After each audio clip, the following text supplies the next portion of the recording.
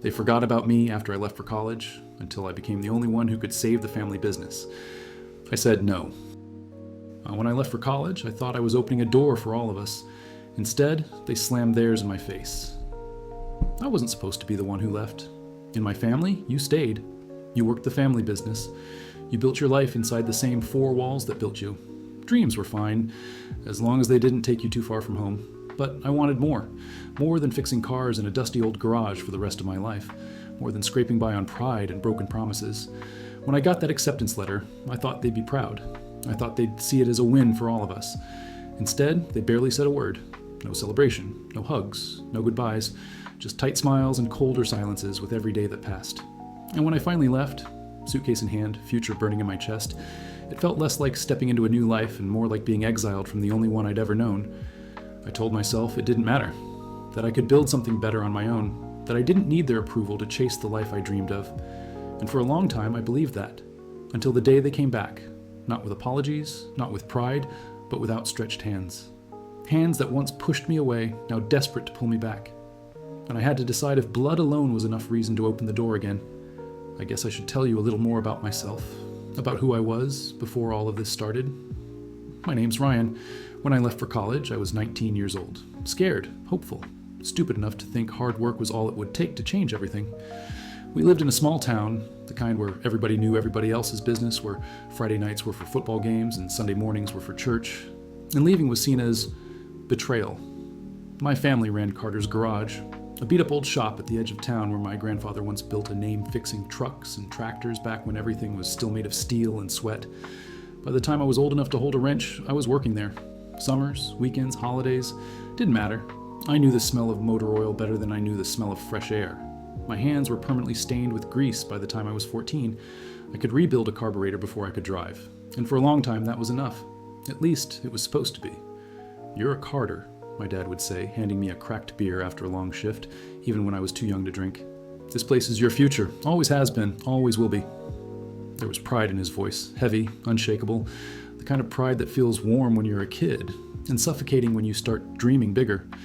I loved my family. I loved our garage. Even when it broke me, I loved what it meant. History, sweat, something built with bare hands instead of empty words. But somewhere along the way, love turned into chains. Because when I started talking about college, about scholarships, about maybe doing something more, the looks changed. From proud smiles to tight jaws, from claps on the back to cold shoulders. "You think you're too good for us?" My uncle spat one night after a long shift, stinking of cheap beer and resentment. I tried to explain, tried to tell them I wasn't running from them. I was running for something better, not just for me, for all of us. If I made it, maybe I could come back with skills to grow the business. Maybe I could turn Carter's Garage into something bigger than a rusty old shop barely scraping by. I was stupid enough to believe they'd understand. When my acceptance letter came, I left it pinned to the fridge, proud like a little kid showing off a finger painting. It was still there 3 days later, untouched. And when I packed my things and left, no goodbyes, no "we're proud of you," no promises to visit, just silence. Just me. Alone in a beat-up used car, driving toward a future no one but me seemed to want. I thought that would be the hardest part. I thought the pain of leaving was the worst I'd ever feel. I didn't know then that the real heartbreak was still years ahead, waiting for me when the past came knocking again. College wasn't what I expected. Movies made it look easy. Instant friends, wild parties, bright futures just waiting to be grabbed. For me, it was a cold start. I didn't know anyone. I didn't have money for dorms or meal plans. I rented a tiny room off campus from a woman who smoked so much the wallpaper peeled away from the walls. Every morning I woke up to the smell of stale cigarettes and burnt toast. Every night, I fell asleep to the hum of cheap heaters that barely worked. I worked 2 part-time jobs just to keep the lights on. Mornings at a diner washing dishes. Nights hauling boxes in a warehouse across town.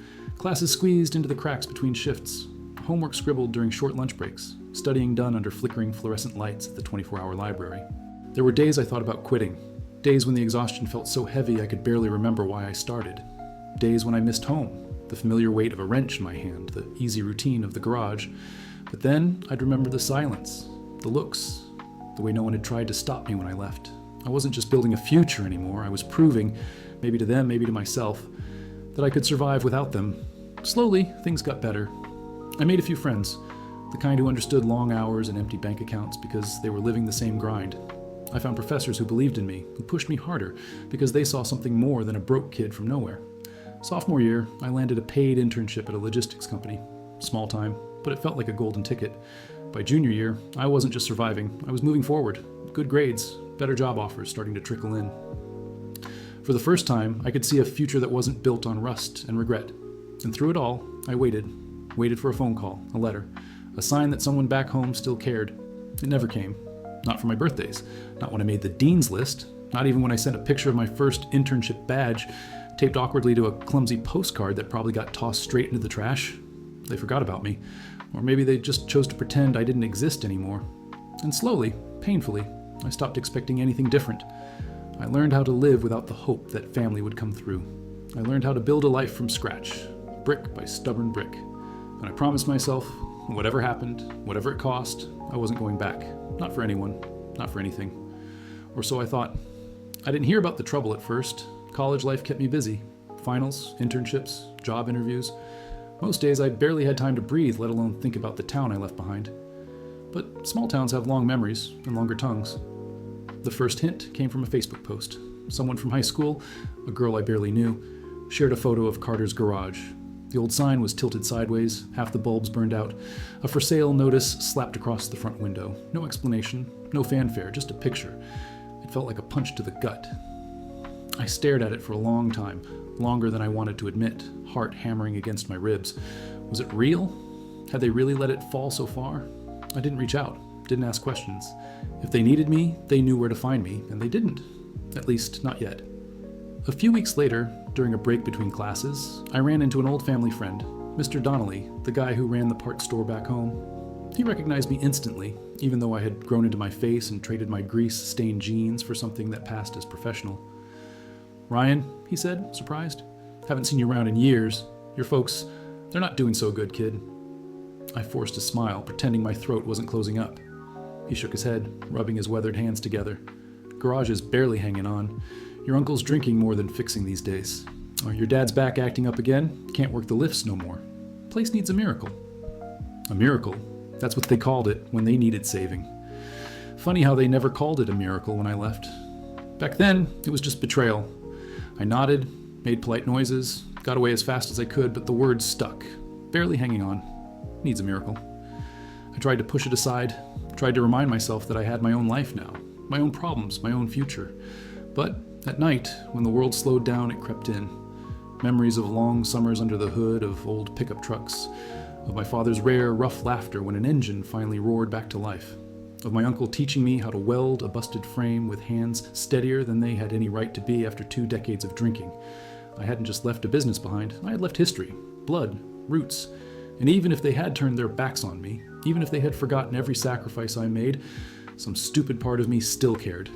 I hated that part. I hated how it refused to die no matter how many times I buried it. But hate doesn't erase history, and blood has a long memory too, longer than anger, longer than pride, maybe even longer than hurt. It wasn't a phone call, it wasn't a letter, it was a voicemail, a scratchy, static-filled message from my mother, left at 2:30 in the morning. "Ryan, honey, we need to talk. Things are not good. Your dad's been sick, and the shop, it's not what it used to be. We could really use your help. Call me back, okay? Please?" Click. "No, I'm sorry. No, we miss you. Just, we need you." I sat on the edge of my bed for a long time, staring at the wall, the phone still clutched in my hand like it might bite me. Funny how they remembered me now. Funny how silence could last 4 years, and then shatter the moment they wanted something. I didn't call back right away. I went to class. I went to work. I did my laundry, scrubbed the kitchen floor, reorganized my textbooks, anything to keep my hands busy, to drown out the hollow ache swelling in my chest. But at night, when the world was quiet, the message replayed in my head, over and over and over. Not the words, the tone. Not guilt, not pride, desperation. And no matter how much anger I carried, no matter how deep the hurt ran, there was still a piece of me that couldn't ignore that sound. Maybe it was loyalty. Maybe it was stupidity. Maybe, deep down, some part of me still wanted them to want me, even if it was for all the wrong reasons. A week later, I answered the phone when they called again. This time, it was my uncle. "Kid," he said, voice gruff, heavy with something I didn't recognize. "The shop's gonna fold if we don't get help.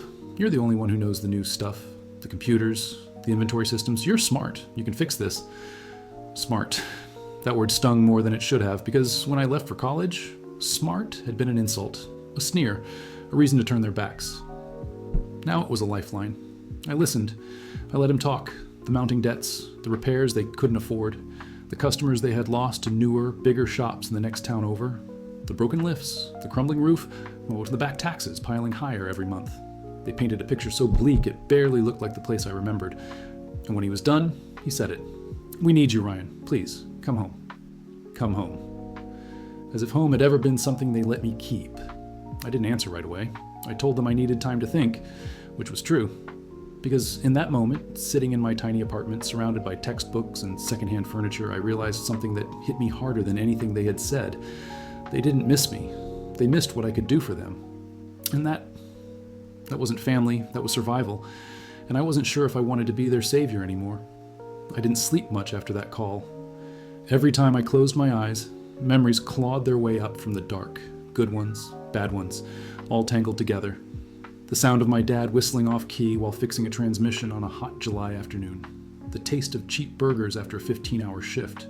The way my uncle slapped me on the back so hard it knocked the air out of my lungs the day I made my first solo repair. And then the other memories. The cold stares when I announced I was leaving. The way my acceptance letter was treated like a stain on the kitchen table. The empty driveway when I drove off. My car packed with everything I owned. No one there to wave goodbye. They loved me when I was useful. Not when I dreamed. Not when I wanted more. That realization burned through me like acid. I tried to tell myself it didn't matter. Tried to tell myself I was stronger now, smarter, that I had built something of my own, piece by piece, paycheck by paycheck. But deep down, part of me still craved it. Still wanted their approval, their pride, their love. Not the conditional kind, the real kind. The kind they had withheld when it mattered most. I sat at my tiny kitchen table that night, a mug of cold coffee between my hands, staring at nothing. What was I supposed to do? Walk back into that crumbling garage and patch up years of resentment like a leaky radiator? Pretend the past didn't matter because they were finally ready to admit they needed me? Or keep moving forward? Keep building the life I had fought so hard for, even if it meant leaving them to clean up their own wreckage? Every option tasted bitter. No matter what I chose, something inside me would break. If I went back, I'd lose everything I had clawed out of nothing. If I stayed away, I'd be the one who finally turned my back. The thing I had always sworn I wouldn't become. It wasn't fair. None of it was fair. But fairness didn't change reality. At some point, I had to choose. The family I was born into, or the family I had built within myself. And this time, no one could make the decision for me. Only me, alone.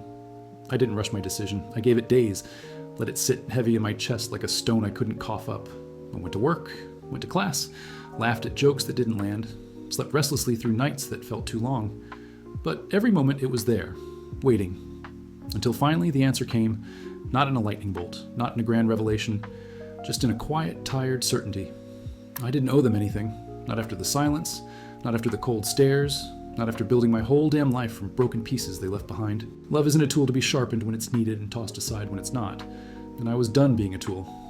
When I called, it rang only once before my mother picked up. "Ryan, oh honey, I was just talking about you, your father..."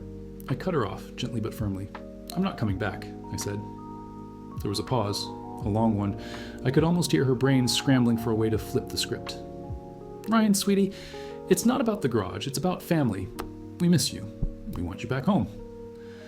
The words sounded so practiced, so painfully hollow. I almost laughed, almost cried.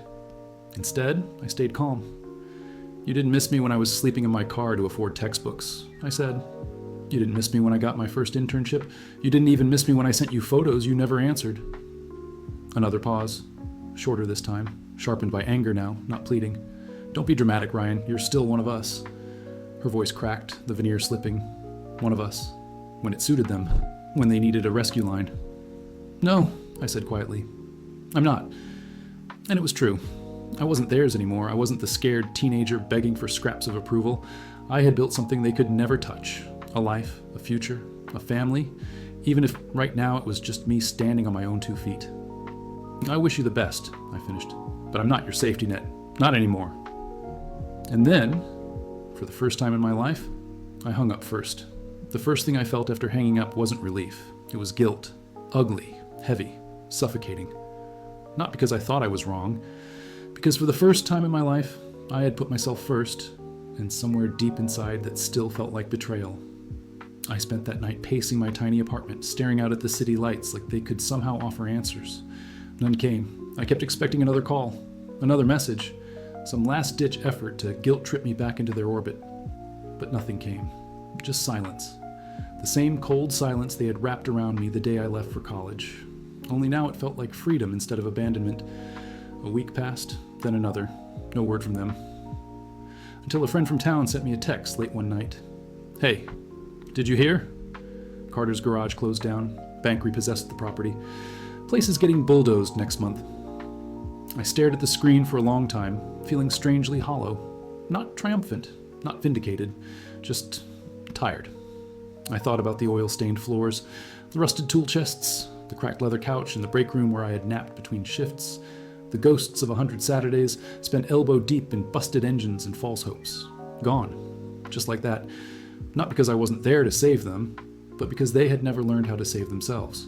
They built a world on resentment and pride, and when the cracks finally swallowed them whole, they had no one left to blame but themselves. I didn't go back for the demolition. I didn't need to see the wreckage to know what it meant. Instead, I stayed here, in the life I had built with my own hands. I kept studying, I graduated. I landed a job at a logistics firm that paid more in a year than the garage made in 5. I signed the lease for my first real apartment. No cigarette-stained walls, no broken heaters.